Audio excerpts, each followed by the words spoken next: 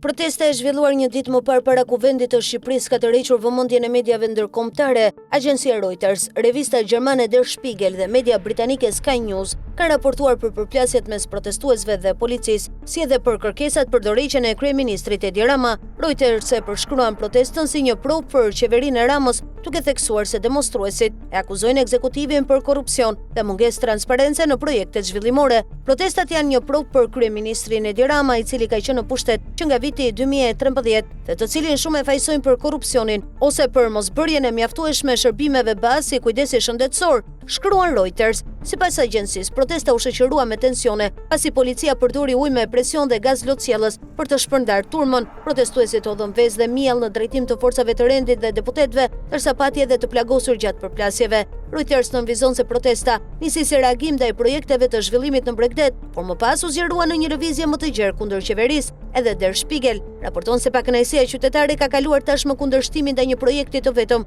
dhe është kthyer në një protestë kundër qeverisë së Edi Ramës. Sipas revistës gjermane, protestuesit tentuan të bllokonin hyrjen e parlamentit, ndërsa udhën vezë dhe miell drejt policisë. Forcat e rendit ndërhyen edhe me spraj me piper për të shpërndarë turmën. Artikulli ndalet edhe tek projekti për ndërtimin e strukturave turistike në gjirin e Zvërnecit dhe ishullin e Sazanit, investimi lidhur me një kompani të Jared Kushner. Der Spiegel sjell edhe shqetësime të organizatave mjedisore, të cilat paralajmërojnë për ndikimin që projekti mund të ketë në deltën e lumit Vjosa dhe lagunën e Nartës. Revista thekson gjithashtu se protestat janë pakëzuar nga mediat si revolucioni i flamingove, ndërsa flamingoja është kthyer në simbol të lëvizjes. Jo protestës i ka kushtuar edhe media britanike Sky News, e cila raportoi për përplasjet mes protestuesve dhe policisë gjatë ubimit të së njëjtës para parlamentit. Sipas Sky News, policia përdori gaz lotësjellës spray me piper për të shpërndarë demonstruesit, pasi disa prej tyre u dhëngur vezë dhe shishe plastike drejt efektivëve. Media britanike shkruan se autoritetet njoftuan për 12 policë të plagosur